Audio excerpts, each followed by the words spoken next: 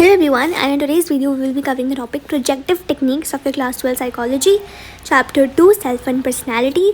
अब जो projective technique से पहले हमने टेक्निक्स पढ़ी है सेल्फ रिपोर्ट मेजर्स, इनको हम डायरेक्ट टेक्निक्स ही बोलते हैं क्योंकि यहाँ पे हम उस इन्फॉर्मेशन पर रिलाई करते हैं जो कि आपने डायरेक्टली ऑब्टेन करी है एक इंसान से जिसको क्लियरली ये चीज़ पता है कि उसकी पर्सनैलिटी असेस की जा रही है।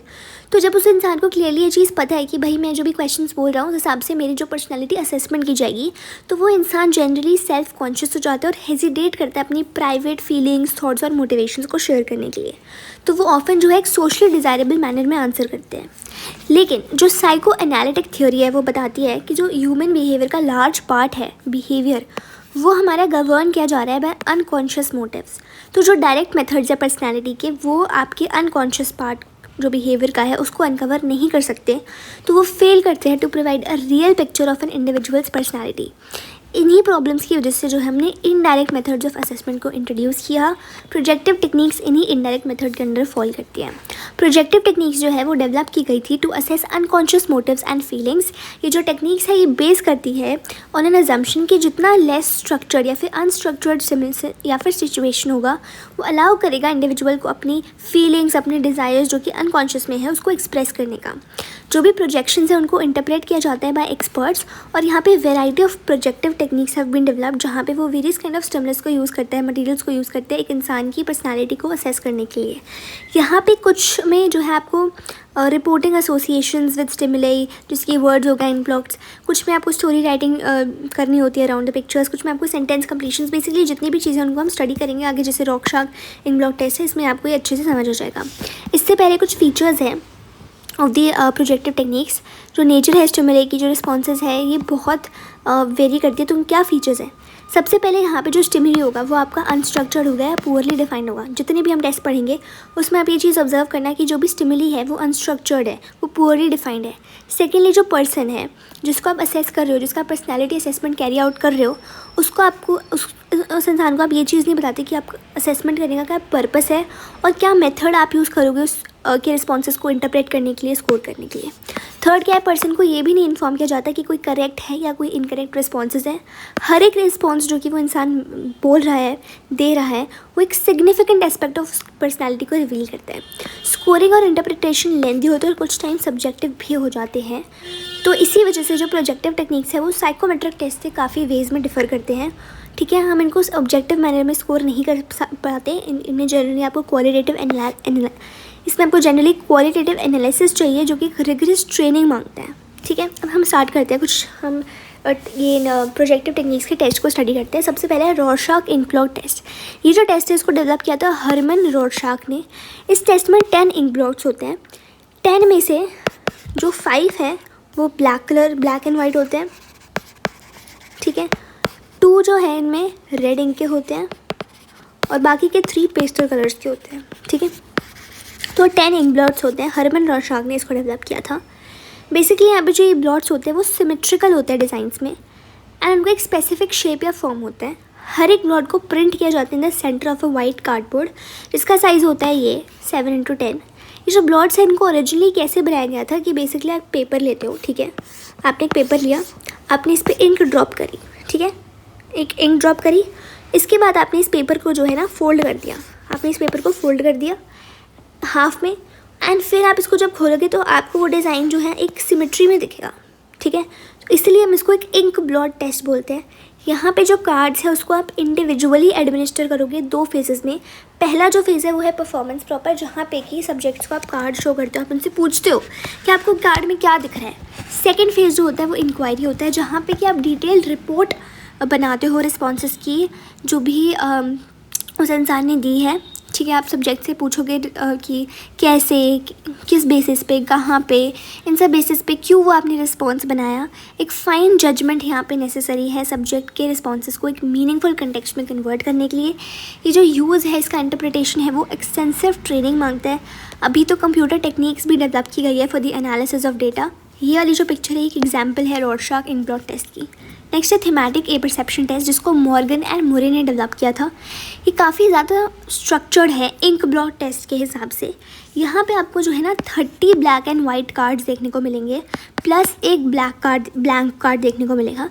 हर एक पिक्चर कार्ड में डिपिक्ट की जाती है एक या उनसे ज़्यादा लोग जो कि वैरायटी ऑफ सिचुएशंस में इन्वॉल्व है, ठीक है। हर एक पिक्चर को एक कार्ड पे प्रिंट किया जाएगा। कुछ कार्ड्स को आप यूज़ करते हो विद अडल्ट मेल्स और फीमेल्स एंड कुछ कार्ड्स को आप यूज़ करते हो विद बॉयज़ और गर्ल्स, ठीक है। Still others are use in some combinations. 20 cards जो है वो अप्रोप्रिएट होते हैं एक सब्जेक्ट के। इवन आप लेस नंबर ऑफ कार्ड से भी सक्सेसफुली इसे यूज़ कर सकते हो।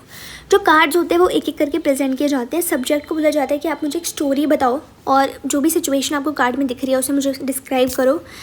एंड जैसे फॉर एग्जांपल कि इस सिचुएशन जो भी आपको कार्ड में दिख रहा है, ये सिचुएशन कैसे आई होगी, या इस मोमेंट, इस पर्टिकुलर मोमेंट में क्या हो रहा है, या फ्यूचर में क्या हो सकता है, या इस पिक्चर में ये कैरेक्टर क्या सोच रहा है। तो इन सब चीज़ों से हम ये सारे क्वेश्चन हम उस सब्जेक्ट को पूछते हैं। और फिर एक स्टैंडर्ड प्रोसीजर अवेलेबल है इन के रिस्पॉन्सेज को स्कोर करने के लिए, ठीक है। ये टेस्ट को मॉडिफाई भी किया गया था चिल्ड्रन के लिए और एजड के लिए। उमा चौधरी का एक इंडियन अडेप्टेशन है, वो भी अवेलेबल है। ये वाला जो आप देख रहे हो ना, ये एग्जाम्पल है थीमेटिक ए परसेप्शन टेस्ट का। थर्ड है रोजनवेग पिक्चर फ्रस्ट्रेशन स्टडी, जिसको हम PF स्टडी भी बोलते हैं। इस टेस्ट को डेवलप किया था रोजनवेग ने, जो कि असेस करता है कि पीपल अपना एग्रेशन कैसे एक्सप्रेस करते हैं एक फ्रस्ट्रेटिंग सिचुएशन में। सो बेसिकली इस टेस्ट में क्या होता है कि आप एक कार्टून की हेल्प से कुछ पिक्चर्स सीरीज़ ऑफ सिचुएशन में प्रेजेंट करते हो, जहाँ पे जो इंसान है वो फ्रस्ट्रेट हो रहा होता है दूसरे पे, या फिर कॉल करता है फ्रस्ट्रेटिंग कंडीशंस में। तो सब्जेक्ट को बोला जाता है कि बताओ कि ये जो फ्रस्ट्रेटेड पर्सन है क्या करेगा या क्या बोलेगा। तो उसका जो रिस्पॉन्स है उसको एनालाइज किया जाता है, which is based on the type and direction of aggression. एक अटेम्प्ट किया जाता है to examine whether the focus जो है उसका ऑब्जेक्ट पे है या फिर उस पर्सन पे है, या फिर क्या वो कोई सोल्यूशन प्रोवाइड कर रहा है। इन सब चीज़ों पे हम इसको एनालाइज करते हैं। जो डायरेक्शन एग्रेशन का वो एनवायरनमेंट पे भी हो सकता है कि आप एनवायरनमेंट को कोस रहे हो, अपने आप को कोस रहे हो, या फिर can be you not in an attempt to gloss over और टू इवेड द सिचुएशन, ठीक है। Parikh has adapted this test for use with the Indian population, ठीक है। पारीख आपने याद रखना है। नेक्स्ट है सेंटेंस कंप्लीशन टेस्ट। ये टेस्ट जो है यूज़ करता है नंबर ऑफ़ इनकम्प्लीट सेंटेंसेस को। बेसिकली आपको एक स्टार्टिंग पार्ट प्रोवाइड किया जाता है सेंटेंस का, ठीक है, एंड आपको उस सेंटेंस की एंडिंग प्रोवाइड करी जाती है। फॉर एग्जांपल यहाँ पे लिखा है ना माय फादर, आपको एक स्टार्टिंग प्रोवाइड कर दिया, आप इस सेंटेंस को एंड करोगे। ये जो है आप जो एंडिंग्स यूज़ करते हो वो रिफ्लेक्ट करेगा आपका एटीट्यूड, मोटिवेशन, कॉन्फ्लिक्ट्स को।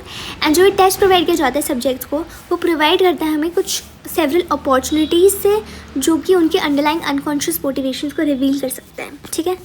नेक्स्ट है ड्रॉ अ पर्सन टेस्ट। ये बेसिकली एक सिंपल सा टेस्ट है जहाँ पे जो सब्जेक्ट है उसको एक पर्सन ड्रॉ करने के लिए बोला जाता है ना शीट ऑफ पेपर। यहाँ पे आपको पेंसिल और इरेजर प्रोवाइड किया जाता है to facilitate the drawing. And जब कंप्लीशन हो जाता है ड्राइंग का, जब आप ड्राइंग कंप्लीट कर लेते हो तो सब्जेक्ट को जनरली बोला जाता है कि आप एक ऑपोजिट सेक्स का पर्सन ड्रॉ करो, ठीक है। लाइक अगर कोई मेरा सब्जेक्ट मेल है तो उससे फीमेल को ड्रॉ करने के लिए बोला जाएगा। अगर मेरा सब्जेक्ट फीमेल है तो उसे मेल को ड्रॉ करने के लिए बोला जाएगा। फाइनली जो सब्जेक्ट है उसको पूछा जाता है कि एक वो स्टोरी भी कोकअप करे about the person as of he और she was a character in a novel या फिर किसी प्ले में, तो वो स्टोरी को कप करेगा। एंड कुछ इंटरप्रिटेशंस के एग्जांपल्स भी यहाँ पे गिवन है। फॉर एग्जांपल अगर वो फेशियल फीचर्स को ओमिट करता है, वो फेशियल फीचर्स पे ज़्यादा एम्फेसिस नहीं करता, इसका मतलब कि जो पर्सन है वो एक हाईली कन्फ्लिक्ट इंटरपर्सनल रिलेशनशिप को छुपाने की या हटाने की कोशिश कर रहे हैं। अगर उसने नेक पे ज़्यादा एम्फेसिस दिया है तो वो सजेस्ट करता है lack of control over impulses. And अगर जो हेड का साइज़ ज़्यादा बड़ा बनाया गया है with respect to the other body parts, तो वो क्या सजेस्ट करते हैं organic brain disease and preoccupation with headaches, ठीक है। तो ये जो एनालिसिस है पर्सनालिटी की with the help of projective techniques, ये फेयरली इंटरेस्टिंग है क्योंकि हमें हेल्प करती है to understand the unconscious motives, deep rooted conflicts, emotional complexes of an individual. लेकिन जो इनका इंटरप्रिटेशन है ये हमें सोफिस्टिकेटेड स्किल्स और स्पेशलाइज्ड ट्रेनिंग मांगता है। यहाँ पे कुछ प्रॉब्लम्स भी एसोसिएटेड है with the reliability, scoring, validity, interpretation से, बट प्रैक्टिशनर्स को ये टेस्ट क्वाइट यूज़फुल मिला है, ठीक है। तो ये जो भी हमने पढ़ा है ये प्रोजेक्टिव टेक्निक्स के अंदर आता है, indirect measure of personality assessment के अंदर आता है। हमने 2 टेक्निक्स कवर कर लिया अब तक। हमने इंट्रोडक्शन भी कवर कर लिया असेसमेंट ऑफ पर्सनालिटी का, जिनकी वीडियोस ऑलरेडी चैनल पे अपलोडेड है, you can check those videos. And next video में हम कवर करेंगे बिहेवियरल एनालिसिस वाले पार्ट को। सो या that's it for this video, thank you.